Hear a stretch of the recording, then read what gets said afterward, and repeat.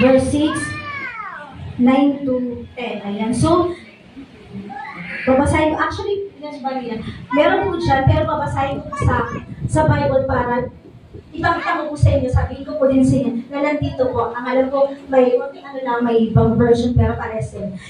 1 Corinthians 6, verse 9 to 10, hindi pa ninyo alam na ang mga kasalanan ay walang bahagi sa karya ng Diyos? Huwag ninyong dayaan ang inyong sarili. Ang mga nakikiapid, sumasamba sa Diyos-Diyosan, nangangalunya, nakikipagtalik sa kapwa lalaki o kapwa babae, nagnanakaw, sakim, naglalasing, nanlalait sa kapwa o nandaraya ay walang bahagi sa karya ng Diyos. Ngayon nyo sabihin sa akin na, okay lang ba yung kasalanan? Hindi po. Kaya nga po, ayokong suportahan. Kasi wala po dito sa Biblia. Ang sabi po dito,